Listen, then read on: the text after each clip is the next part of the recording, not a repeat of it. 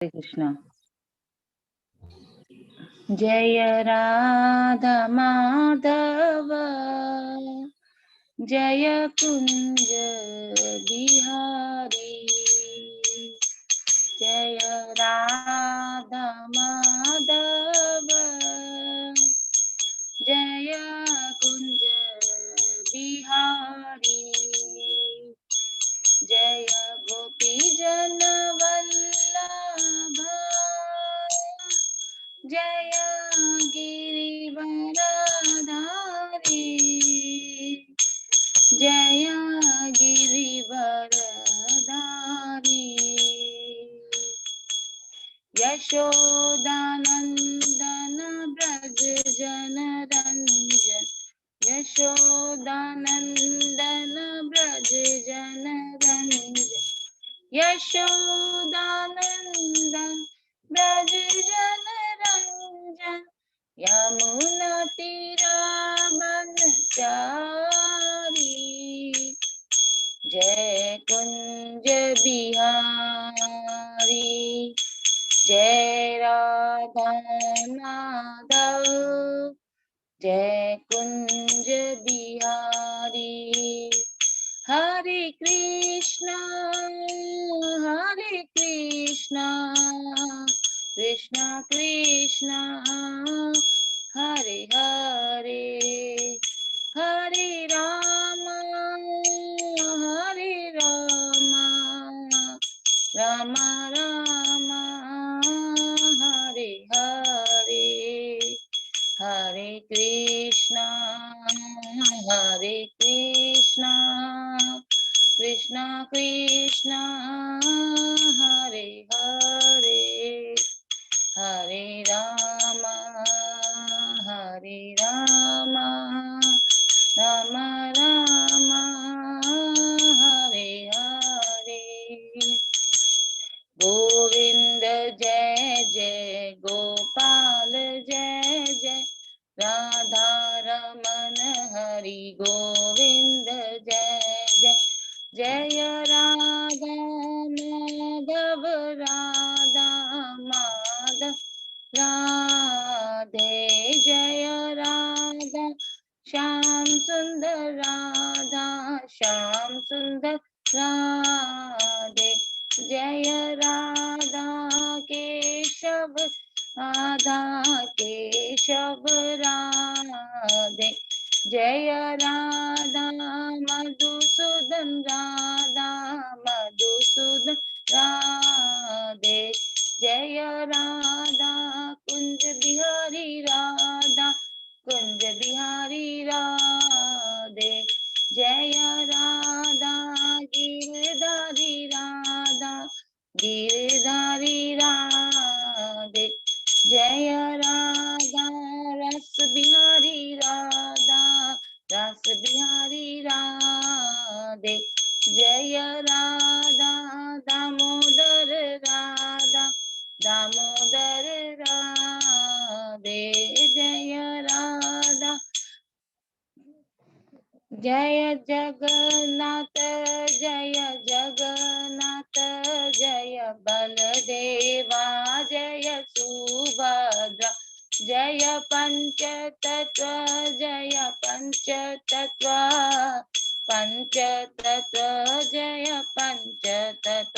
जय गौरनिताय गौरनिताय जय गौरनिताय, जय जय प्रभुपाद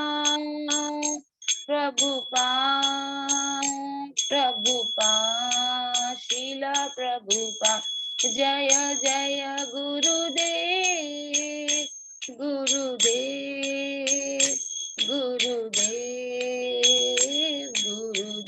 निताय गौर हरि बोल निताय गौर हरि बोल, हरि नाम संकीर्तन की जय, श्रील प्रभुपाद की जय, हरि हरि बोल हरि बोल। राखी माता जी को बहुत बहुत धन्यवाद बहुत ही सुंदर कीर्तन के लिए, और अजय प्रभु को भी बहुत धन्यवाद बहुत सुंदर सुंदर विग्रहों का हमें दर्शन कराने के लिए। हरि बोल। तभी हम लोग मंगलाचरण करते हैं। ओम अज्ञानतिमिरान्धस्य ज्ञानाञ्जनशलाकया चक्षुरुन्मीलितं येन तस्मै श्रीगुरुवे नमः। श्रीचैतन्यमनोभीष्टं स्थापितं येन भूतले स्वयं रूप कदा मह्यं ददाति स्वपदान्तिकं।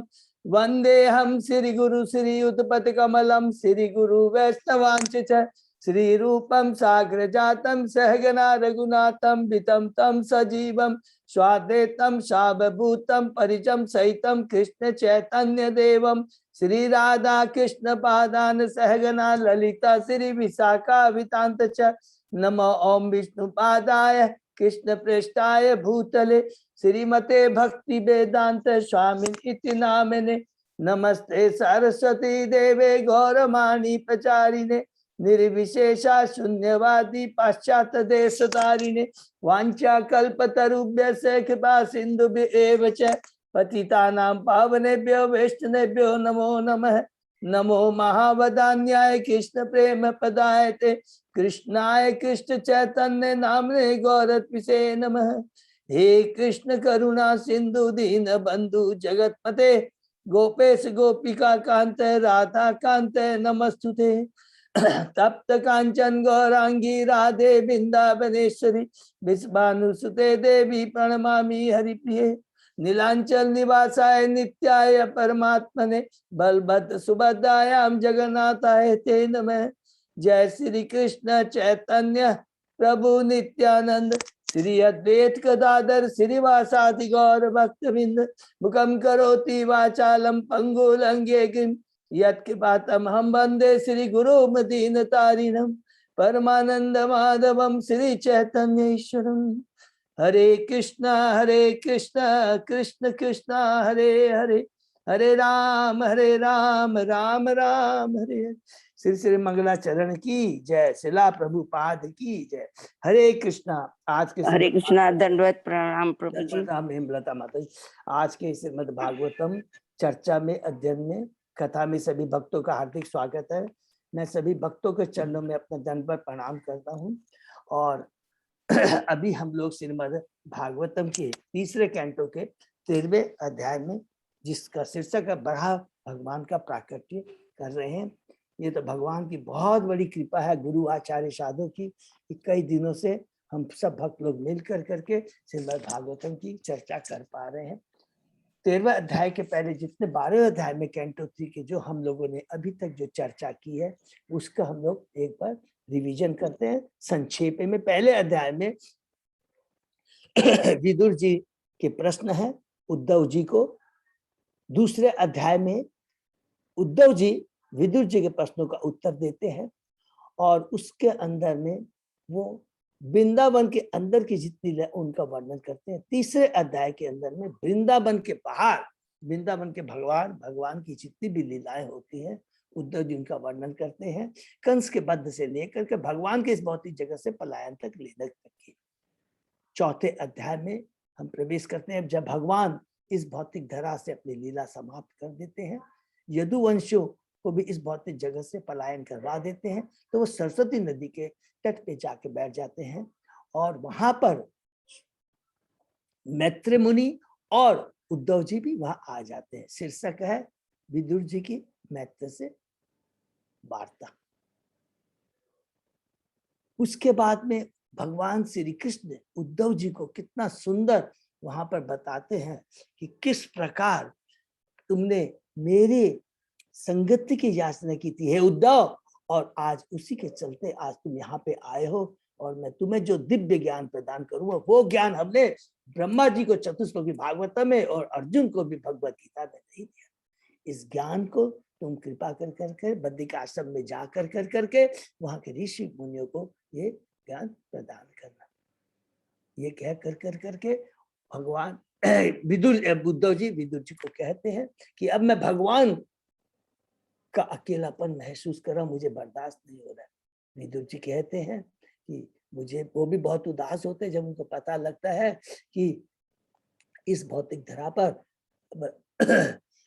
हस्तिनापुर और जितने भी उनके सगन नहीं रहे और भगवान इस धरा पर नहीं रहे। और वो उद्धव जी इस पर प्रार्थना करते हैं, मुझे आप जो भगवान श्री कृष्ण दिव्य ज्ञान प्रदान आपको दिया है वो मुझे दिए। उद्धव जी उनको कहते हैं कि कृपा कर करके आप हरिद्वार चले जाइए, गंगा नदी के तट पे जहाँ मैत्रेय मुनि विराजमान है, वो आपको ये दिव्य ज्ञान प्रदान कर सकते हैं, क्योंकि जब भगवान मुझे ज्ञान प्रदान कर रहे थे तो मैत्रेय मुनि वहां पर। तो इसके बाद में वहां पर विदुर जी मैत्रेय मुनि के पास जाते हैं। शीर्षक है मैत्रेय मुनि के विदुर जी के मैत्रेय मुनि से वार्ता। और वहां पर विदुर जी बहुत ही अच्छे अच्छे प्रश्न करते हैं। प्रथम प्रश्न वही करते हैं कि बद्ध जीव इस भौतिक जगत में सुख प्राप्त करना चाहता है, लेकिन वो सुख नहीं मिलता। क्यों? कि उसकी आसक्ति भौतिक चीजों के प्रति होती है। भौतिक चीज कभी भी जीव को सुख प्रदान नहीं कर सकती, केवल धोखा ही धोखा है। भौतिक जगत में केवल ब्रह्म ही है, धोखा है, सपना है, वास्तविक सुख नहीं मिल सकता है। उसके बाद में विदुर जी मैत्रेय मुनि से भगवान के सृष्टि के बारे में पूछते हैं और पालन के बारे में, संहार के बारे में पूछते हैं। मैत्रेय मुनि बहुत खुश हो जाते हैं विदुर जी के प्रश्न सुनकर, क्योंकि वो भगवान के शुद्ध भक्त है। वो स्वयं यमराज है, स्वयं वो व्यासदेव के पुत्र है। और विदुर जी के प्रश्न का उत्तर देना शुरू करते हैं और 23 तत्वों के बारे में, सृष्टि के बारे में बताते हैं कि ये 23 तत्वों की कैसे उत्पत्ति होती है, उसका वो वर्णन करते हैं। और उसके बाद में 3 लोकों, उच्च मध्य लोक, निम्न लोकों के बारे में भी वर्णन करते हैं और वर्णाश्रम धर्म का भी वर्णन करते हैं। इसके बाद में जब 23 तत्वों की उत्पत्ति हो जाती है तो जो सेंस देवता है, जो उत्पत्ति होते हैं, वो भगवान से प्रार्थना करते हैं कि हे भगवान, आपने हमें इस धरा पर जो लाए, सृष्टि की है, आप हमें शक्ति दीजिए, डायरेक्शन दीजिए, ज्ञान दीजिए, जिस आपकी जो इच्छा, जो आपने आदेश है, उसको हम लोग पूरा कर सकें। इस पर हम लोग 6ठे अध्याय में प्रवेश करते हैं। विश्व रूप की सृष्टि, जिसमें भगवान अपनी विवश शक्ति भेज देते हैं और 23 एलिमेंट अमलगमेट होकर विश्व रूप की सृष्टि होती है। और यहाँ पर सॉरी बताते हैं, उसके अलावा मैत्रेय मुनि बताते हैं कि किस प्रकार 3 भुवनों को, 3 लोकों को और वर्णाश्रम धर्म का 14 भुवन का भगवान ने किस प्रकार सृष्टि की। और यहाँ पर सृष्टि की लीला है जो यहाँ समाप्त होती है। और मैत्रेय मुनि कहते हैं भगवान के विराट रूप के बारे में मनुष्य के लिए समझना असंभव है। केवल भगवान की कृपा से ही अगर हम कुछ जान सकते हैं, भगवान उनकी कृपा से ही जान सकते हैं, अपने प्रयास से हम लोग नहीं जानते। इसके बाद में हम लोग 7वें अध्याय में प्रवेश करते हैं, जिसमें विदुर जी के मैत्रेय मुनि से और प्रश्न होते हैं। तो यहाँ पर सर्ग के बारे में बताने के बाद में विदुर जी अब मैत्रेय मुनि से भगवान और भगवान जीव की, भगवान माने ईश्वर तत्व और जीव तत्व के बारे में पूछते हैं। तो इसमें उत्तर में मैत्रेय मुनि कहते हैं ईश्वर शक्तिमान है, वो कभी भी भौतिक जो चीजें हैं, जो उनकी शक्तियां हैं, भौतिक जगत, जीव सब उनकी शक्ति है। जीव उनकी पराशक्ति है, जीव उनकी परा प्रकृति है, उनकी तटस्था शक्ति है। और ये भौतिक जगत उनकी बहिरंगा शक्ति का प्राकट्य है। और ये शक्तियां, कभी भी शक्तियां भगवान को प्रभावित नहीं कर सकती।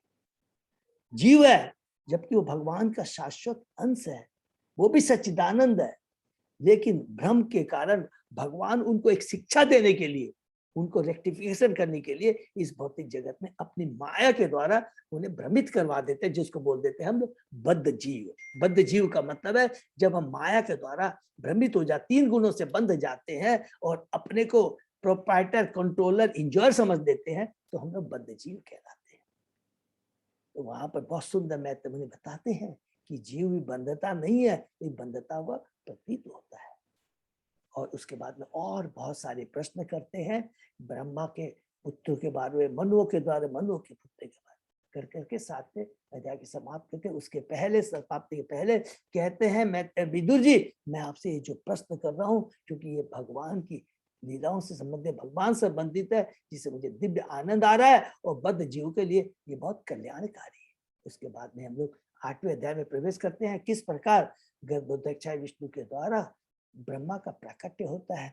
गर्भोदक्षाय विष्णु, जब ब्रह्मा की रात होती है तो गर्भोदक्षाय सागर में वो अपने योग निद्रा में सोए रह करके अपनी अंतरंगा शक्ति के माध्यम से दिव्य आनंद लेते रहते हैं।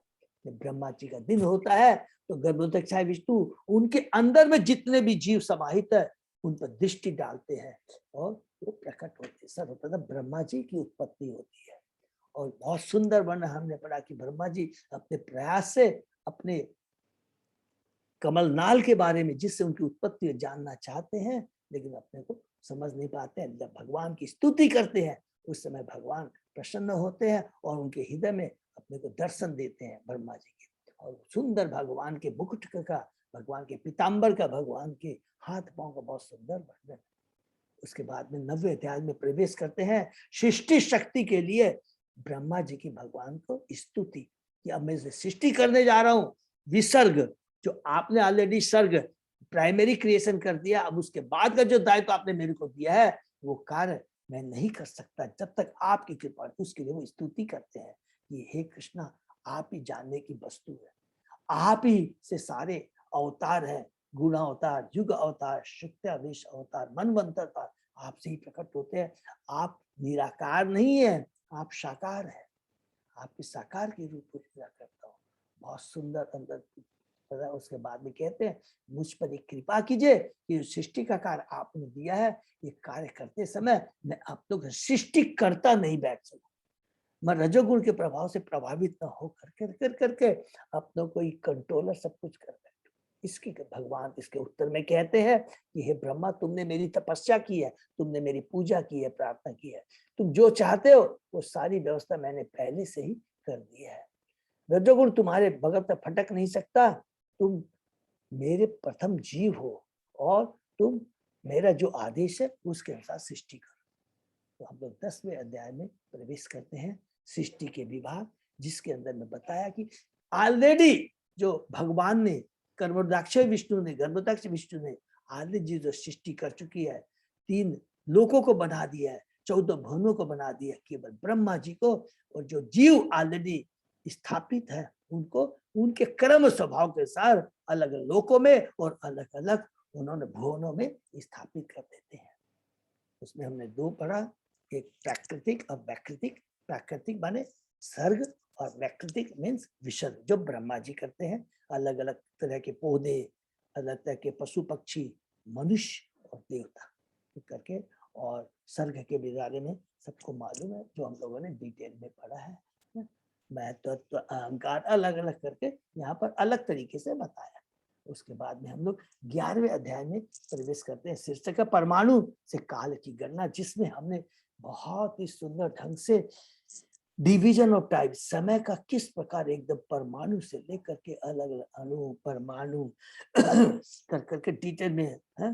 तसरेणु, त्रुटि, वैध, लव, निमेश, क्षण, काश, अलग अलग करके हम लोग ने डिटेल में पढ़ा, जो कि आज तक हमने कभी भी नहीं पढ़ा था, न समझा था। बहुत सुंदर डिटेल में और अजय प्रभु ने चार्ट दिया, उसको ध्यान रखिएगा। उसके बाद में युग अवतार के बारे में कि सत्ययुग, त्रेता युग, द्वापर युग और कलयुग, उसमें स्पेशली हमने पढ़ा कि देवताओं की जो आयु होती है वो हम मनुष्य से 360 गुना ज्यादा होती है। अर्थात मनुष्य का जो 1 साल होता है 360 दिन होते, देवता को 1 दिन होता है।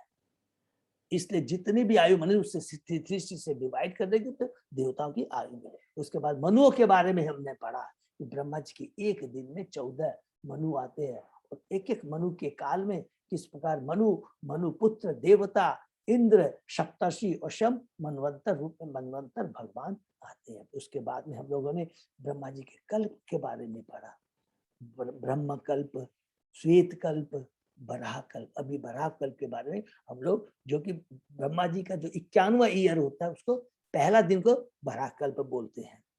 और उसके बाद में लास्ट में हमने पढ़ा कि ब्रह्मा जी की जितनी जो आयु होती है वो भगवान की जो आयु होती है वो 1 निमेष के माने 1 सेकंड से भी कम होती है। इस करके हम लोगों ने बहुत डिटेल में उसके बाद में पूरे ब्रह्मांड के बारे में पढ़ा। बहुत ही जगह 4 अरब मिल्क से व्यास का फैला हुआ, माने रेडियस है, व्यास फैला हुआ है। और जो यूनिवर्स होता है जिसमें जो परत होती है पृथ्वी, अग्नि, जल, वायु, आकाश, पहले परत से दूसरी परत 10 गुना ज्यादा मोटी होती है। इस प्रकार कर करके हमें 11 दाग समाप्त करके 12वें अध्याय में प्रवेश करते हैं, जिसमें हमने पढ़ा कि चतुष्कुमार और अन्य कुमारों की सृष्टि, जिसमें सबसे पहले अब ब्रह्मा जी यहाँ सृष्टि करने जा रहे हैं। तो हम लोगों ने सर्वप्रथम पढ़ा ब्रह्मा जी ने 5 अविद्या को उत्पन्न किया, तमह, मोह, महामोह, तमिश्रम और तमिश्रम।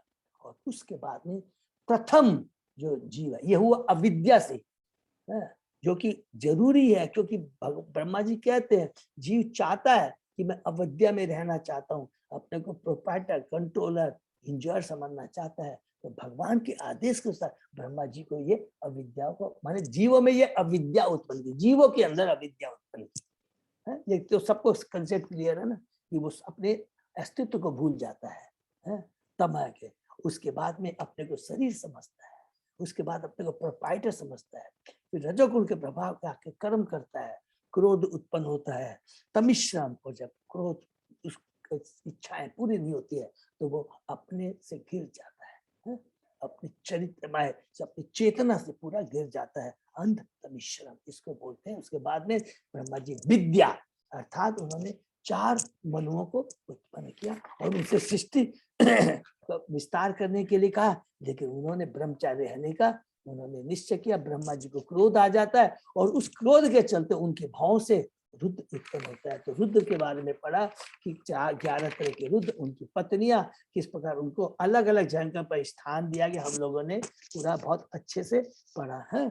और उसके बाद में जब उनको ब्रह्मा जी ने सृष्टि करने के लिए कहा तो उन्होंने पूरे ब्रह्मांड में अराजकता फैला देती है। तो ब्रह्मा जी उनको मना करते नहीं, ओहो तुम लोग का तो रजोगुण तमोगुण से तुम्हारा उत्पन्न है, कृपा करके। तमोगुण का कार्य क्या है, शिव जी के जो तमोगुण के जो शिव जी दायित्व लेते हैं अर्थात विनाश का। तो अभी विनाश का समय नहीं आया, कृपा करके तुम लोग तपस्या करो। और उसके बाद में ब्रह्मा जी 10 ऋषि एंड नारद जी को उत्पन्न करते हैं। हम लोगों ने उसको देखा। उसके बाद में एक छोटा सा जो घटना हमने पढ़ा, वाक उनकी जो पुत्र के प्रति ब्रह्मा जी किस प्रकार भ्रमित होते हैं, और जब ब्रह्मा जी को उस अपने गति पर पश्चाताप होता है और उसके बाद में उन्होंने अपने चेतना को परिवर्तन करते हैं, शरीर को परिवर्तन करते हैं, चेतना को परिवर्तन करते हैं, अलग उन्होंने वेदों को उत्पन्न करते हैं, बहुत डिटेल में हमने पढ़ा। और लास्ट में जब देखते हैं ब्रह्मा जी, अरे ये तो बहुत जरूरी है, उसके साथ साथ भगवान ने तो मुझे कहा सृष्टि बढ़ाने के लिए। और हमने देखा कि वो जो ऋषि हैं जिस स्पीड से जनसंख्या बढ़नी चाहिए वो बढ़ नहीं रही है, तब उन्होंने अंत में क्या किया, एक कपल को उत्पन्न किया, स्वयंभू मनु और शतरूपा। ये लास्ट का हमने पढ़ा। उसके पढ़ा कि किस प्रकार स्वयंभू मनु और शतरूपा से 5 संतान उत्पन्न हुई, 2 पुत्र 3 पुत्रियां। पुत्र में है उत्तानपाद, वही ध्रुव महाराज के पिता बनेंगे। उसके बाद प्रियवत और 3 पुत्रियां आकृति, सबकी एक महान प्रजापति ऋषियों से उनका ब्याह होता है। आकृति का रुचि से, देवहूति का कर्दम मुनि से और प्रसूति का दक्ष से। वही दक्ष और शिव भगवान की लीला हम लोग पढ़ेंगे होता है। और उसके बाद में हम 13वें अध्याय में प्रवेश करते हैं कि अब स्वयंभू मनु और शतरूपा आ गए हैं। तो यहाँ से किस प्रकार अब स्वयंभू मनु शतरूपा आगे सृष्टि में लगे। तो हम 13वें अध्याय में प्रवेश करते हैं, जिसका शीर्षक है बड़ा भगवान का अवतार। और हमने कहा था, डिस्कस किया था, ये बहुत इंपॉर्टेंट है। यहाँ से पूरा सीक्वेंस को हम लोग ध्यान में रखेंगे। देखिए क्वेश्चन उठ सकता है कि ब्रह्मा जी ने जो ऋषियों को भी उत्पन्न किया था और उनकी भी जो सीक्वेंस संतान के बारे में अभी दे दे, लेकिन बेसिकली यहाँ से जो मैन जो पूरा जो जनसंख्या जो बड़ी है वो प्रथम जो मनु है, स्वयंभू मनु से ही हुआ है, शतरूपा से, उन्हीं का डिटेल में बना। और उनका भी अलग अलग साइड में डिटेल में वर्णन हमें भागवतम में सुनने को मिलेगा। तो 13वें अध्याय के अंदर में हम लोगों ने पढ़ा कि विदुर जी ने मैत्रेय मुनि से पुण्यतम कथाओं को सुनने के बाद और अधिक पूछताछ की। उन्होंने पूछा कि प्रिय पुत्र स्वयंभू मनु ने अपनी प्रिय पत्नी को पाने के बाद क्या किया। मैं मनु जो भगवान के शुद्ध भक्त थे और उनके शुद्ध चरित्र और कार्यकलापों के बारे में बताइए। विदुर जी मैत्रेय मुनि से पूछते हैं। तात्पर्य में प्रभुपाद जी कहते हैं भगवान एवं शुद्ध भक्तों के बारे में सुनने से गुणात्मक दृष्टि में कोई भी फर्क नहीं होता। शुद्ध भक्त सदैव भगवान को अपने हृदय के भीतर दर्शन कर सकते हैं। भगवान के शुद्ध भक्त भगवान के तुल्य ही गौरवशाली होते हैं। भगवान उन्हें अपनी अपेक्षा अधिक पूजनीय माने जाने की संतुष्टि करती है, क्योंकि जो स्वयंभू मनु है वो भी भगवान के बहुत शुद्ध भक्त है। फिर सुखदेव गोस्वामी जी कहते हैं भगवान कृष्ण विदुर की गोद में अपना चरण कमल रखकर प्रसन्न थे। अर्थात शुद्ध भक्तों के बारे में बताया जा रहा है कि किस प्रकार भगवान अपने शुद्ध भक्तों के शरणागत होते हैं। विदुर जी का हमने पढ़ा और उसके बाद में अब हमने पढ़ा 5वें श्लोक के बाद में कि किस प्रकार अब मैत्रेय मुनि बता रहे हैं मनु और ब्रह्मा जी के बीच में वार्तालाप हो रही है। अब स्वयंभू मनु का प्रकट हुआ है। अब स्वयंभू मनु ब्रह्मा जी से प्रार्थना कर रहे हैं, हे पिता कृपा बताएं हम आपकी सेवा कैसे कर सकते हैं। उसके बाद में हमने पढ़ा था कि ब्रह्म संप्रदाय के बारे में, उसको सब लोग नोट कर लेंगे, है बहुत इंपॉर्टेंट है। ब्रह्मा, नारद, व्यासदेव, सुखदेव गोस्वामी से होते हुए ये परंपरा ब्रह्म संप्रदाय प्रभुपाद जी तक, जिनके हरे कृष्ण वो गीता में ये लिस्ट है। अच्छा गीता में भी है क्या लिस्ट? हरि बोल। आप तो प्रभु आप थोड़ा सा स्टार्टिंग में ही है। ओके हरि बोल, हरि बोल। अच्छा हाँ राइट करेक्ट, गीता में है ना, शुरू में ही है, बिल्कुल सही कहा एकदम।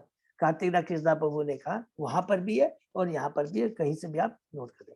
उसके बाद में मनु की प्रार्थना करने में ब्रह्मा जी प्रसन्न हो जाते हैं, कहते हैं मैं तुमसे बहुत प्रसन्न हूँ कि तुमने मेरे आदेश के लिए अपने हृदय से बिना सोचे विचारे अपने आप को मेरे शरणागत किया है। प्रभुपाद जी आप बहुत इंपॉर्टेंट बात कहते हैं, यदि पुत्र मुक्त भाव से पिता के मार्गदर्शन पर चलना चाहता है तो पिता सभी तरह से उसके आदेश देने तथा मार्गदर्शन करने के लिए 10 गुना अधिक उत्साह है। तो पिता और पुत्र के प्रति क्या कर्तव्य होता है हमने डिटेल में पढ़ा था, ठीक है ना। तुम अपनी पत्नी के गर्भ से अपने ही समान योग्य संतानें उत्पन्न करो। ये बहुत इंपॉर्टेंट है कि देखिए ये भगवान के आदेश है ब्रह्मा जी को और ब्रह्मा जी के आदेश है मनु को। ये सारे क्या है, सारे कार्य हैं, हम लोग नोट कर लेंगे, ये कृष्णमय कार्य है। गृहस्थ जीवन इतना आसान नहीं है, इसको सिंपली नहीं लेना चाहिए, बहुत बड़ा दायित्व होता है और भगवान इसको चाहते हैं, क्योंकि गृहस्थ जीवन में मनुष्य को दरकार है कि कृष्णमय संतान उत्पन्न करना, जो कि भगवान के नाम का प्रचार कर सके। भगवान की भक्ति करते हुए पूरे जगत पर तुम शासन करो, यज्ञ संपन्न करके भगवान की पूजा करो। प्रभुपाद जी कहते हैं प्रत्येक मनुष्य को चाहिए कि वे अपनी पत्नी से के गर्भ से उत्तम संतानें उत्पन्न करे। यह कार्य भक्ति पूर्वक भगवान की पूजा करने के लिए यज्ञ के समान है। इसको नोट कर लेंगे, ये यज्ञ के समान है, ये साधारण चीज नहीं है, बहुत इंपॉर्टेंट चीज है। लेकिन समझना पड़ेगा गृहस्थ का मतलब क्या हुआ, शास्त्र में मतलब है केवल कुत्ते बिल्ली की तरह जीवन यापन नहीं करना, ये बहुत इंपॉर्टेंट है। यदि कोई भगवान की डायरेक्ट भक्ति करता है तो उसे वर्णाश्रम धर्म की अनुशासित में पढ़ने की दरकार नहीं। हमने सिंपली पढ़ा था देवर्षि भूतानाम, माने जो एक बार भक्ति में आ जाता है वो किसी के प्रति उसका दायित्व पूरा समाप्त हो जाता है, क्योंकि भगवान की भक्ति में ही सबकी सेवा नियुक्त है। माता पिता हो, गुरु हो, सगे संबंधी हो, देवता हो, सारी सेवा उसके अंदर में ऑटोमेटिक आ जाती है, क्योंकि सिंपली मालूम है कि जो हम भगवान की भक्ति करते हैं और जब भक्ति के माध्यम से अगर हम किसी को जोड़ते हैं तो उनका सबका कल्याण हो जाता है। यदि तुम भौतिक जगत में जीवों को उचित सुरक्षा प्रदान कर सको तो मेरे प्रति यह सर्वोत्तम सेवा होगी। अगर तुम ये कार्य कर दोगे तो ये सबसे बड़ी सेवा होगी। पूर्ण प्रशासनिक प्रमुख वही है जो नागरिकों को भगवत भक्ति में प्रशिक्षित करता है, अन्यथा परम अधिकारी भगवान द्वारा दंडित। तो याद रखिएगा, राजा है, पिता है, गुरु है, इन सारों का कर्तव्य है अपने आश्रित पर कृपा करना। कृपा का मतलब है उन्हें भगवत भक्ति प्रदान करना और कुछ नहीं, केवल भक्ति से जोड़ना, वही जीवन का लक्ष्य है। अदरवाइज मनुष्य जीवन पाकर भी हम अपने को मनुष्य नहीं कह सकते, दो पांव के पशु कहलाएंगे। इसलिए माता पिता, गुरु, आचार्य, साधु सबका एक ही कर्तव्य है कि सबको भगवान से जोड़ना। यहाँ तक हमने पढ़ा तो उसके आगे और आज हम लोग पढ़ेंगे। ओम नमो भगवते वासुदेवाय। ओम नमो भगवते वासुदेवाय। ओम नमो भगवते वासुदेवाय। नारायण नमस्कृत्य नरं चैव नरोत्तमं देवी सरस्वती व्यासं ततो जयमुदीरये।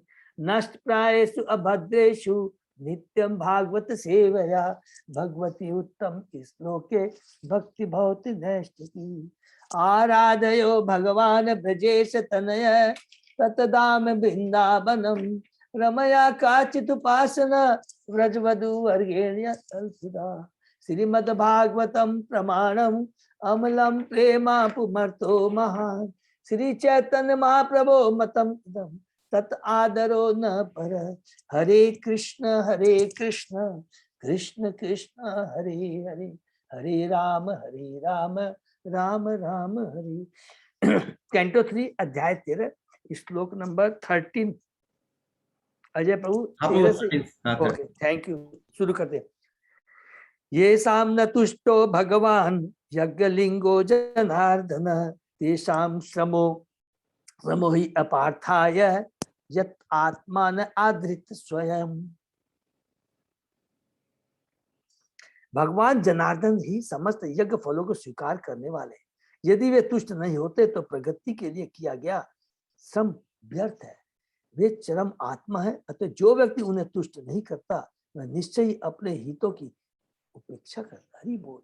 जीवन का चरम उद्देश्य है भगवान को तुष्टि, और भगवान की तुष्टि का मतलब हुआ है भगवान के आदेश का पालन करना। और ये नोट करके रख लेंगे दोबारा, भगवान के जो आदेश होते हैं हम बद्ध जीवों के कल्याण के लिए ही उद्देश्य होता है।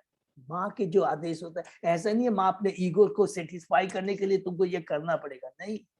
माँ चाहती है कि मेरा जीव सुरक्षित रहे, तुष्ट रहे, सुखी रहे, वही भगवान चाहते हैं। और भगवान के आदेश उसी के लिए है, उसी में भगवान की तुष्टि है, उसी में भगवान का आनंद है। कि मेरा बद्ध जीव इस भौतिक जगत में जो सड़ रहा है, भ्रमित हो गया है, कष्ट पा रहा है, किस प्रकार उसको मैं पुनः अपने घर बुला लूं, यही भगवान का उद्देश्य रहता है।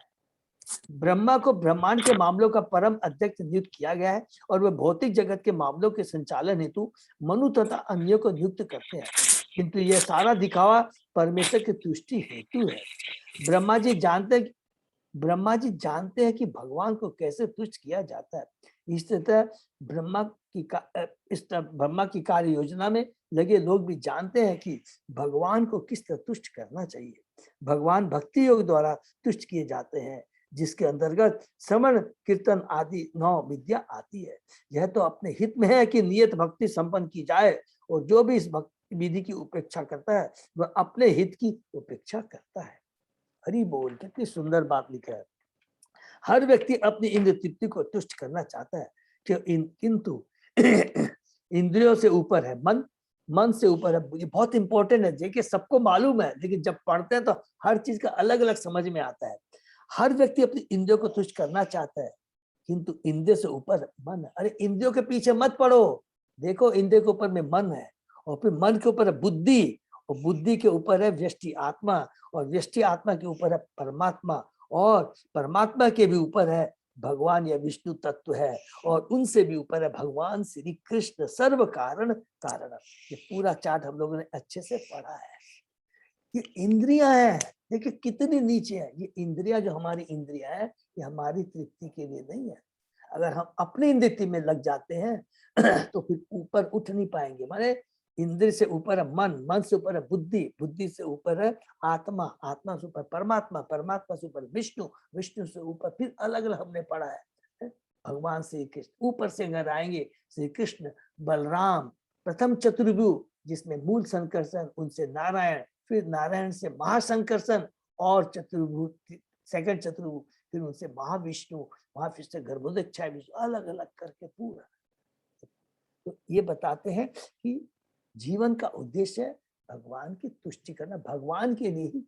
अगर हम वो कार्य करते हैं तो हमारा मनुष्य जीवन सफल हो जाएगा, और इस कार्य में कोई भी योग्यता, क्वालिफिकेशन, धन, किसी की चीज की आवश्यकता नहीं है।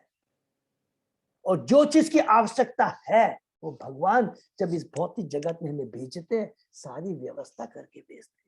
ये दो इंपॉर्टेंट चीज हमेशा याद रखें। केवल एकमात्र कृष्ण है जो सारा दायित्व लेते हैं हमारे। मनुवाच आदेशे अहम भगवते वर्ते अमीव सूदन स्थानम तु ही अनुजानहि प्रजा नाम मम च प्रभु। सॉरी। श्री मनु ने कहा, हे सर्वशक्तिमान प्रभु, हे समस्त पापों के संहर्ता, मैं आपके आदेशों का पालन करूंगा। कृपा मुझे मेरा तथा मुझसे उत्पन्न जीवों के ठहरने के लिए स्थान बतलाइए। हरि बोल। इसको अंडरलाइन कर देंगे। अब यहाँ पर देखिए, जो मनु ब्रह्मा जी को बोल रहे हैं, आपने मेरे को सृष्टि करने के लिए कहा। सृष्टि करने के लिए जो मैं सृष्टि करूंगा, तो जो जीव की सृष्टि होगी वो कहाँ रुकेंगे, किस जगह का है। तो यहाँ से इंडिकेशन मिल रहा है बड़ा अवतार का प्राकट्य। क्यों, जस्ट बता दूं, ये बहुत इंपॉर्टेंट है। क्योंकि उस समय जब मनु प्रथम स्वयंभू मनु है, जो प्रथम मनवंतर 14 मनवंतर में पहले ये स्वयंभू मनु है, से याद रखें, बार बार इससे मैं रिपीट कर रहा हूँ कि ये बहुत इंपॉर्टेंट है। तो जब वो पहली सृष्टि करने, माने पूर्ण रूप से अच्छे रूप से सृष्टि करने जा रहे हैं, तो पृथ्वी तो चाहिए। नहीं, पृथ्वी उस समय क्या है, गर्भोदक सागर में डूबी हुई थी। और उसी को प्रकट करने, उसी का कल्याण करने के लिए, पृथ्वी को मुक्त करने के लिए बड़ा अवतार होता है। ठीक है ना। तो इसलिए वो कहते हैं कि पहले मैं स्थान तो बताइए कि मैं वो जीव रहेंगे कहाँ। ठीक है ना। तो ये हिंट है बड़ा अवतार के लिए। यत ओक सर्वभूता नाम मही मग्ना महा अम्भसी अश्या उदरणे यत्नो देव देव्या विधीयता। हे देवताओं के स्वामी, विशाल जल में डूबी पृथ्वी को ऊपर उठाने का प्रयास करें, क्योंकि ये सारे जीवों का वास स्थान है।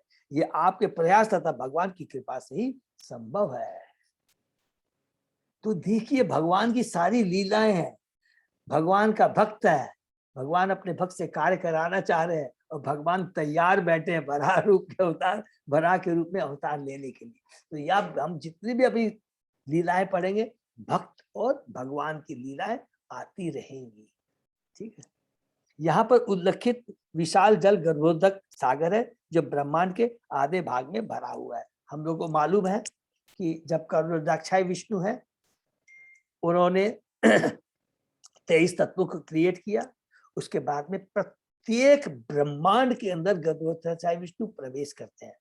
तो जो प्रत्येक ब्रह्मांड है, उसका आधा भाग क्या है, गर्भोदक्षाय जल से डूबा हुआ, जिसको गर्भोदक सागर बोलते हैं, जिसके अंदर में भगवान लेटे रहते हैं। ठीक है ना। ब्रह्मांड के आधे भाग में भरा हुआ। मित्यवाच परमेष्टितु अपाम मध्ये तथा सन्नान अवेक्षगाम कथम एनान समुनेष्ये इति दध्यो धिया चिरम।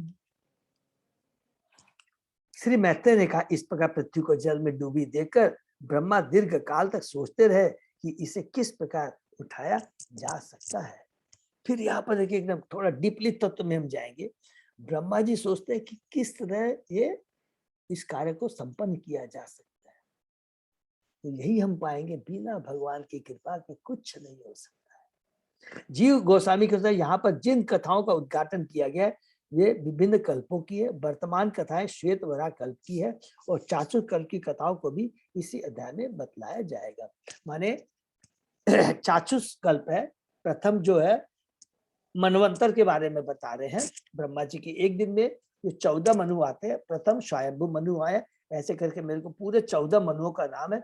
और ये जो चाक्षुष जो है, ये मनु है, ये 6ठे मनवंतर में आएंगे, है 6ठे मनवंतर में। तो इसका यहाँ रेलिवेंस है, इसीलिए यहाँ पर प्रभुपाद जी ने तात्पर्य में बताया है। ठीक है।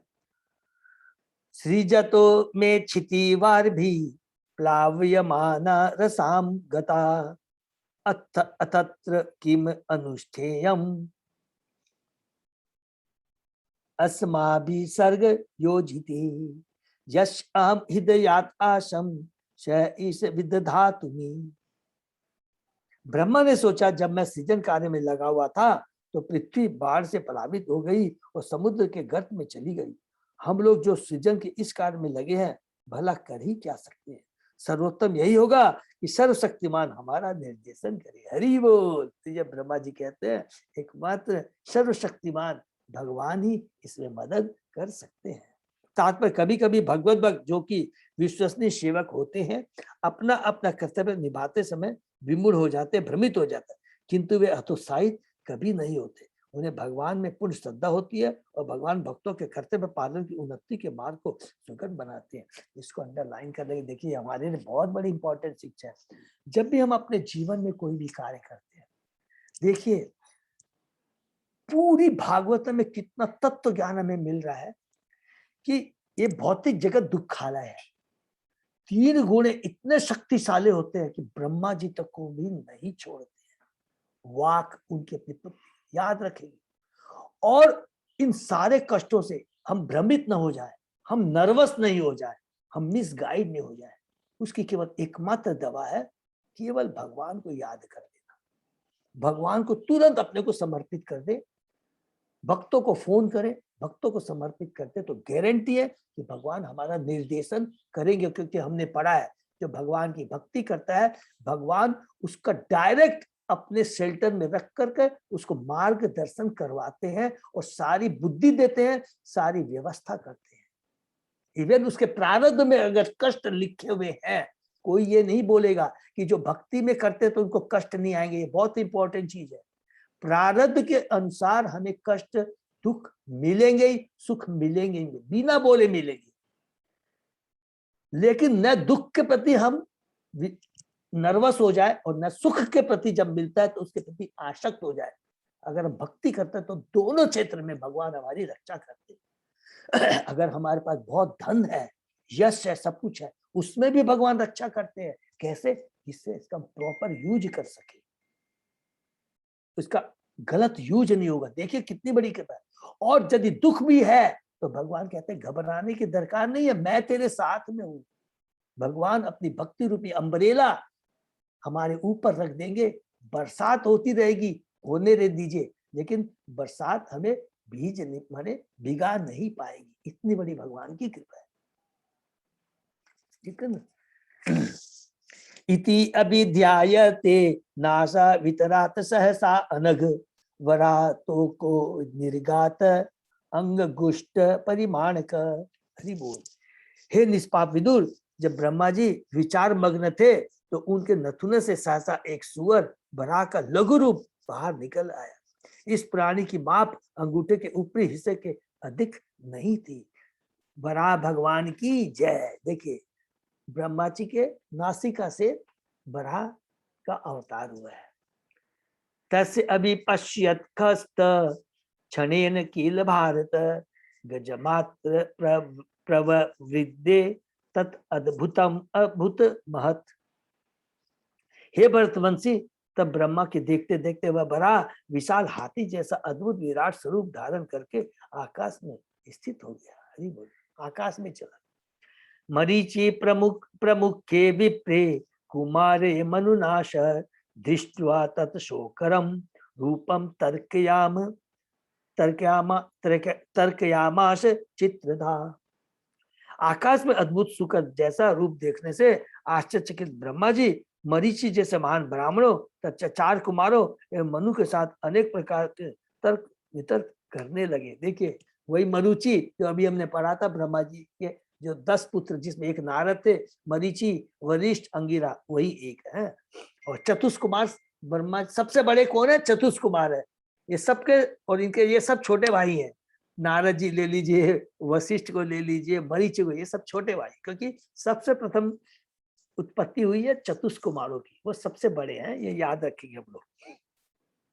वो आपस में तर्क वितर्क करने लगे कि मैं एतर सुकर ब्याजम सत्वम दिव्यम अवस्थितम अहो वत आश्चर्यम इदम नाशाय में विनिश्रितम। क्या सूकर के बहाने से या कोई सामान्य जीव आया है? यह अति आश्चर्यप्रद है कि वह मेरी नाक से निकला है, ये ब्रह्मा जी सोच रहे हैं। दृष्टो अंगुष्ठ शिरो मात्र छन्नात गंड शिला सम अपीश्वित भगवानेश यज्ञ में खेदयन मन। प्रारंभ में यह सूकर अंगूठे के सीधे से बड़ा न था, किंतु क्षण भर में वह शिला के समान विशाल बन गया। मेरा मन विक्षुब्ध है, क्या वह भगवान विष्णु है? हरि बोल। क्योंकि ब्रह्मा जी इस ब्रह्मांड के सर्वोपरि पुरुष है और उसके पर उन्होंने ऐसा रूप नहीं देखा था, अतः वे अनुमान नहीं लगा पाए कि शूकर का प्रकट विष्णु का अवतार था। भगवान के अवतार के असामान्य गुण ब्रह्मा तक के मन को मोहित कर सकते हैं। इसको अंडरलाइन कर लेंगे हम लोग कि भगवान कुछ भी कर सकते हैं। देखिए, नासिका से वो प्रकट होते हैं, छोटे से अंगूठे के समान है, फिर कितना विशाल रूप धारण। तो भगवान कुछ भी करते हैं। ये भगवान के असामान्य, अमानवीय, जो मनुष्य सोच भी नहीं सकता, करने की तो दूर की बात है, मन को मोहित कर सकते हैं। नेक्स्ट, इति मीमांस सत तस्य ब्रह्मण स सुनु भी भगवान यज्ञ पुरुषो जगर्ज अग इंद्र संधिभ। जब ब्रह्मा जी अपने पुत्रों के साथ विचार विमर्श कर रहे थे तो भगवान विष्णु ने विशाल पर्वत के समान गंभीर गर्जना की। ऐसा प्रतीत होता है कि विशाल पर्वतों में भी उनकी गर्जना शक्ति होती है, क्योंकि वे भी जीव है। जितनी ध्वनि निकलती है वह भौतिक शरीर के अनुपात में होती है। तो ये हम लोगों ने डिस्कस किया है कि आच्छादिता, सकुचिता, मुकिलिता, और मुकिलिता में भी अलग अलग है। नॉर्मल मुकिलिता, फिर सामान्य, फिर पूर्ण विकसिता है। तो ये जो पेड़ पर्वत पौधे होते हैं, इनकी जो चेतना क्या होती है? आच्छादिता है। इसलिए यहाँ पर लिखा है कि गर्जन शक्ति होते हैं, क्योंकि वे भी जीव हैं। ये नोट कर लेंगे, ये भी जीव है।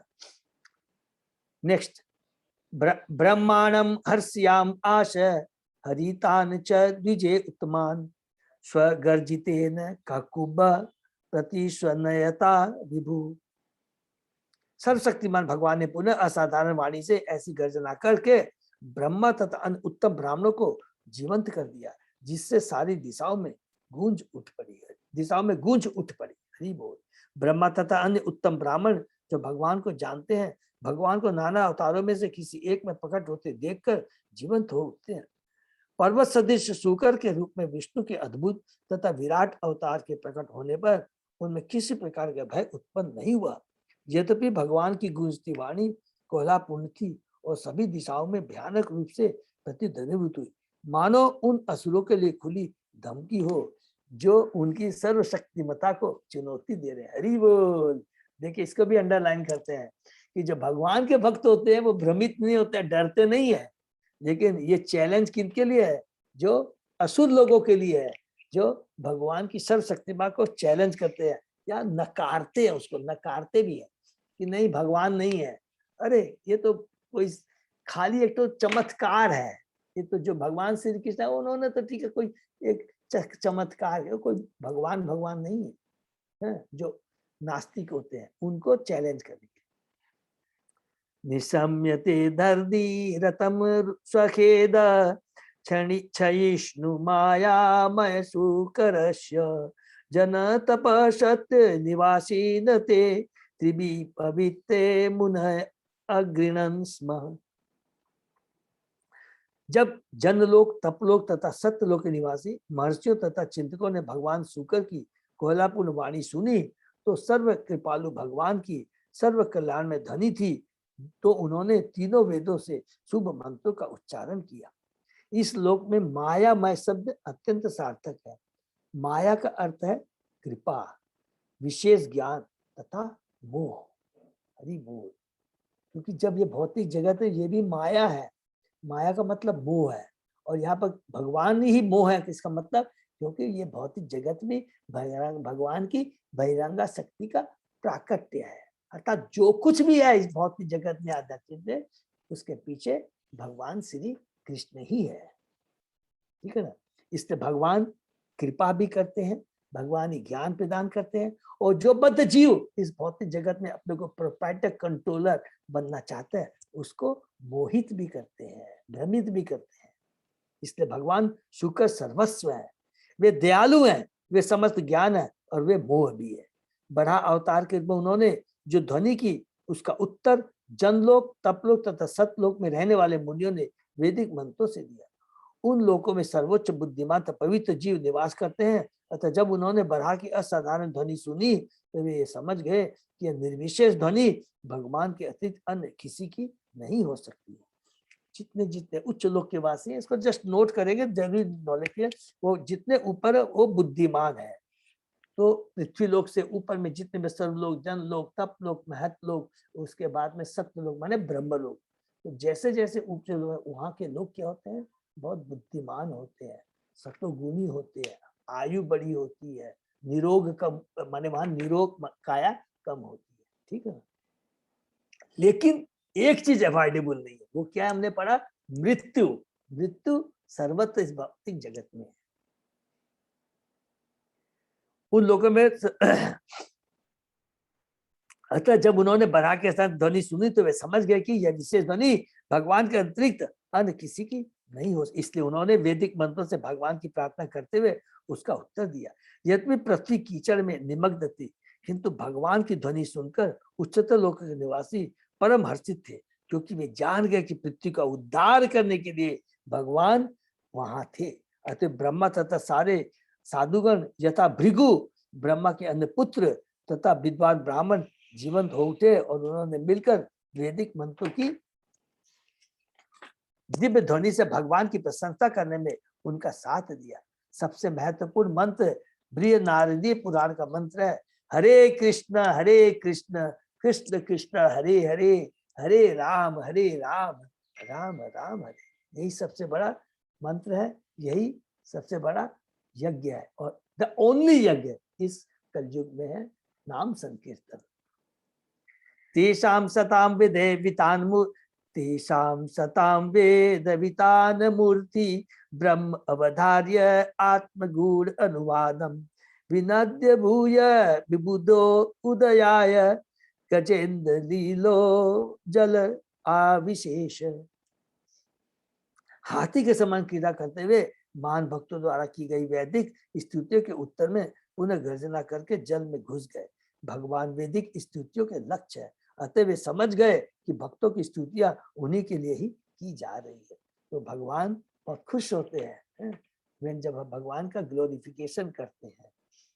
भगवान का कोई भी रूप दिव्य तथा ज्ञान एवं करुणा से पूरित होता है। देखिए बहुत इंपॉर्टेंट लिखा है ये चीज, भगवान का कोई भी रूप दिव्य तथा ज्ञान एवं करुणा से पूरित होता है। जब भी भगवान का कोई भी रूप है, करोड़ों असंख्य अवतार है, रूप है, सब में वो दिव्य होता है, अर्थात वो भौतिक नहीं होता है, स्पिरिचुअल होता है, आध्यात्मिक शरीर होता है, ज्ञान से पूर्ण रहता है और करुणा से मान बद्ध जीवों के कल्याण के लिए होता है। सारे अवतार कल्याण के लिए होते हैं, कृपा प्रदान करने के लिए होते हैं और वो शाश्वत होते हैं। तो जितने, इसका मतलब हुआ कि जितने भी भगवान के अवतार है वैकुंठ लोक में वो शाश्वत रूप से विराजमान है और अलग अलग ब्रह्मांडों में समय के अनुसार अपनी इच्छा के अनुसार भगवान अवतार लेते रहते हैं। असंख्य ब्रह्मांड है, असंख्य ब्रह्मांड में असंख्य ब्रह्मांड के भगवान के अवतार है, वो अलग अलग लीलाएं चलती रहती है। तो ये बहुत इंपॉर्टेंट चीज है, भगवान का दिव्य रूप ज्ञान तथा करुणा से पूरित होता है। भगवान समस्त भौतिक कलमश का विनाश करने वाले हैं क्योंकि उनका स्वरूप साक्षात वैदिक ज्ञान। तो समस्त भौतिक कलमश का मतलब हमको समझ गए कि जो 3 गुणों से हम प्रभावित होकर के अपने अस्तित्व को, अपनी आइडेंटिटी को भूल जाते हैं, अपने को शरीर से अपने को जोड़ लेते हैं, हम अपने को भौतिक जगत से जोड़ लेते हैं और उसके अंदर ही भौतिक चीजें प्राप्त करने की प्रयत्न में अपना मनुष्य जीवन को व्यर्थ बिता देते हैं, कुछ नहीं मिलता है। इसी को बोलते भौतिक कलमश, बद्ध जीवन, भौतिक कलमश, इसी को बोलते, क्योंकि उनका स्वरूप साक्षात वैदिक ज्ञान। सारे वेद भगवान के दिव्य रूप की पूजा करते हैं। वैदिक मंत्रों में भक्तगण भगवान से चमचमाते तेज को हटाने की प्रार्थना करते, क्योंकि वह उनके असली मुखमंडल को आच्छादित करता है। ये सबको समझ में आ गया होगा कि भगवान के जो शरीर से जो तेज निकलता है, जो ब्रह्म ज्योति है, वो उनका जो ब्रह्म ज्योति के पीछे जो भगवान का जो साक्षात साकार सुंदर रूप है, उसको हटाने के लिए भक्त बोलते हैं, इसको बोला हमको ब्रह्म ज्योति में कोई इंटरेस्ट नहीं है, प्लीज इसको हटाइए, उसके पीछे जो आपका साकार रूप है उसका दर्शन दीजिए। हरि बोल। ईशोपनिषद का यही कथन है, भगवान के कोई भौतिक रूप नहीं होता, किंतु उनके रूप को सदैव वेदों के रूप में समझा जाता है। वेदों को भगवान की सांस कहा गया है, और यह सांस वेदों की आदि जिज्ञासु ब्रह्मा ने अपने भीतर खींची थी। ब्रह्मा के नथुनों से ली गई सांस से भगवान शुकर प्रकट हुए, अतः भगवान का शुकर अवतार साक्षात वेद है। उच्च लोकों के मुनियों द्वारा अवतार का महिमा गान वास्तविक वैदिक मंत्रों से युक्त था। जब भी भगवान का महिमा गान होता है तो यह समझ जाना चाहिए कि वैदिक मंत्रों का ठीक से उच्चारण किया जा रहा है। अतः जब वैदिक मंत्रों का उच्चारण हुआ तो भगवान प्रसन्न हुए और अपने शुद्ध भक्तों को प्रोत्साहित करने के लिए एक बार उन्होंने पुनः गर्जना की और निमग्न पृथ्वी का उद्धार करने के लिए जल में प्रविष्ट हुए। हरि बोल। उत्क्षिप्त खच्चर कठोर सटा विदुन्वन खर रोमस त्वक खुरहात अब्र सित दंष्ट इच्छा ज्योति वभासे भगवान महीध। पृथ्वी का उद्धार करने के लिए जल में प्रवेश करने के पूर्व भगवान बड़ा अपनी पूंछ फटकारते तथा अपने कड़े बालों को हिलाते हुए आकाश में उड़े। उनकी चितवन चमकीली थी और उन्होंने अपने खूरों तथा चमचमाती सफेद दाढ़ों से आकाश में बादलों को बिखेर दिया। कितना बड़ा विराट रूप हो गया था बड़ा भगवान का है? जब भक्तों द्वारा भगवान की स्तुति की जाती है तो उनके दिव्य कार्यों का ही वर्णन होता है। भगवान वराह के कुछ दिव्य गुण यहाँ दिए गए हैं। चूंकि तीनों उच्च लोकों के निवासियों ने भगवान की स्तुतियां की, अतः यह समझा जाता है कि उनका शरीर सर्वोच्च लोक ब्रह्मलोक या सत्य लोक से लेकर पूरे आकाश में फैल। हरि बोल। उनका शरीर सर्वोच्च लोक ब्रह्मलोक तथा सत्यलोक से पूरे आकाश में फैल गया था, तीनों लोकों में फैल गया था। क्योंकि पृथ्वी लोक तो अभी है ही नहीं, इसीलिए तो ऊपर के वासी उनको ग्लोरीफाई करें। अभी तो पृथ्वी का उद्धार करना है। देखिए कितना सुंदर सीक्वेंस है। अभी पृथ्वी का उद्धार होगा, पृथ्वी को भगवान रखेंगे, पृथ्वी के नीचे 7 तल, ऊपर में 7 तल। पृथ्वी अभी स्थापित होगी भगवान वराह की कृपा से। उसके बाद में मनु, स्वयंभू मनु, सतरूपा दोनों मिलकर सृष्टि को बढ़ाएंगे, जनसंख्या को बढ़ाएंगे। ठीक है, एकदम क्लियर यहाँ लिखा। ब्रह्म संहिता में कहा गया कि उनकी आंखें सूर्य तथा चंद्रमा है, अतएव आकाश पर उनकी चितवन सूर्य या चंद्रमा जितनी चमकीली थी। यहाँ पर भगवान को महीद्रय कहा गया, जिसका अर्थ है विशाल पर्वत अथवा पृथ्वी को धारण करने वाला। दूसरे शब्दों में भगवान का शरीर हिमालय पर्वत जैसा विशाल तथा कठोर था, अन्यथा वे संपूर्ण पृथ्वी को अपने श्वेत दाढ़ों के साथ किस तरह धारण करते। हरि बोल। देखिए भगवान का कितना विराट रूप था। एक एक चीज हमको समझ में आ रहा है। गर्भोत्तक सागर कितना बड़ा है, जिसके अंदर पृथ्वी घुस गई है, पता भी नहीं है कि पृथ्वी कहाँ गई है। इतना बड़ा गर्भ। और भगवान ने कितना बड़ा विराट रूप दिया कि अपने टस्क होता है, टस्क पर पृथ्वी को उठा के लेके आते हैं। भगवान के महान भक्त कवियर जयदेव ने इस घटना को अवतारों की अपनी स्तुति में इस प्रकार गाया है। बसती दसन सी करे धरती तव लग्ना, शशिनी कलंक कलेव निम्ना, केशव धीत शुकर रूप, जय जगदीश हरे। बहुत सुंदर ये है 10 अवतार का। जयदेव गोस्वामी का बहुत सुंदर है। भगवान के बहुत शुद्ध भक्त हैं जयदेव गोस्वामी। भगवान केशव कृष्ण की जय हो, जो सूकर के रूप में प्रकट हुए। पृथ्वी उनकी दाढ़ों के बीच में पकड़ी हुई थी, जो चंद्रमा पर कलंक के निशान जैसी प्रतीत हो रही थी। तो यहाँ पर बड़ा भगवान का कितना सुंदर वर्णन हो रहा है। तो हम लोग और एक आगे कर सकते हैं क्या? एक श्लोक यही अजय प्रभु यही समाप्त करें। हाँ यही कर देते हैं प्रभु जी। ओके, हम लोग यही पर समाप्त करते हैं क्योंकि इसका बहुत सुंदर वर्णन है। तो जैसे अभी और आगे भी आएगा, जस्ट हम लोग बता दें ये वराह अवतार है। श्वेत वराह और नील वराह 2 है। तो यहाँ बीच में हमने पढ़ी लिया है। श्वेत वराह स्वयंभू मनु के काल में आए थे, और नीलभरा वो आएंगे चक्षुष मनुवंतर अवतार में, छठे मनुवंतर में। पहले श्वेत वराह है, इन्होंने भी पृथ्वी को उद्धार किया, और छठवें मनवंतर में भी जो चक्षुषांतर मनवंतर है, जिसमें भी नील रूप में भरा आएंगे, उन्होंने उनका उत्पत्ति होगी समुद्र से। ये ब्रह्मा जी की नासिका से हुए श्वेत वराह, और जो नील वराह है उनकी प्रकटे कहाँ से होगा? समुद्र से होगा। दोनों पृथ्वी का उद्धार करेंगे, लेकिन जो नील वराह है वो और एक एक्स्ट्रा काम करेंगे। सबको समझ में आ गया होगा। छठे हम लोग मनवंतर है, वो हिरण्याक्ष का भी वध करेंगे। ठीक, हरे कृष्णा। भरा भगवान की जय, भरा अवतार की जय। तो हम लोग ये पर विराम देते हैं।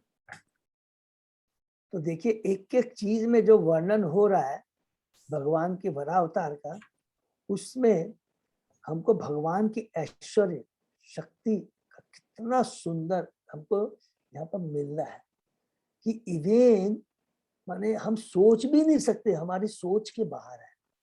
और जितना हम पढ़ेंगे, जितना हमको ग्लोरीफाई करेंगे, याद रखेंगे, उतना हमारा प्योरिफिकेशन होगा, और हमारी भगवान के प्रति श्रद्धा, विश्वास, भक्ति उतनी ही बढ़ेगी। ये हमको हो सकता पता नहीं लगे ये, लेकिन ये शास्त्र बोल रहा है, ये प्रभुपाद जी बोल रहे हैं। इसलिए हमें प्रयत्न करना चाहिए, ज्यादा से ज्यादा लगातार और बार बार पढ़ना चाहिए। इसलिए कहते हैं ना भगवत गीता कितनी बार पढ़ा है? ठीक है, तुमको भक्ति शास्त्री कोर्स करना है, ठीक है, दीक्षा लेना है, ठीक है, how many times you have read Bhagavad Gita, Bhagavatam कितनी बार पढ़ा है? इसलिए नहीं बोला, इसीलिए बोला है जितना बार बार पढ़ेंगे उतना हमारा प्योरिफिकेशन होगा। ठीक है ना? हरे कृष्णा। यहीं पे विराम देते हैं। तो कोई भी अनाउंसमेंट है? प्रभु जी हरे कृष्णा। हाँ माता जी। हाँ, सबको बोल दीजिए, जाएंगे जरूर से सब।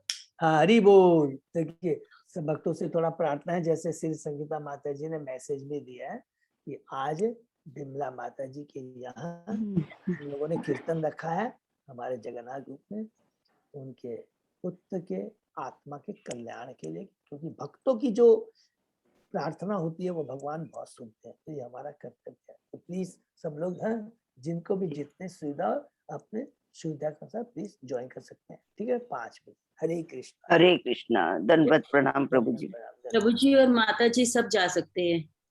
हाँ, प्रभु जी माता जी सब जा सकते हैं। ये श्री संगीता राधा देवी दासी माता जी हमने, ठीक है ना। थैंक यू सो मच माता जी फॉर रिमाइंडिंग अस। तो अजय प्रभु हम लोग यही विराम हरे देते हैं। कृष्णा। हाँ, ओके, हरे कृष्ण। सही भक्तों का बहुत बहुत धन्यवाद। तो आज का सेशन ही विराम करते हैं, फिर कल मिलते हैं। हरे धन्यवाद। हरे कृष्ण। हरे कृष्णा, दंडवत प्रणाम। दंडवत प्रणाम।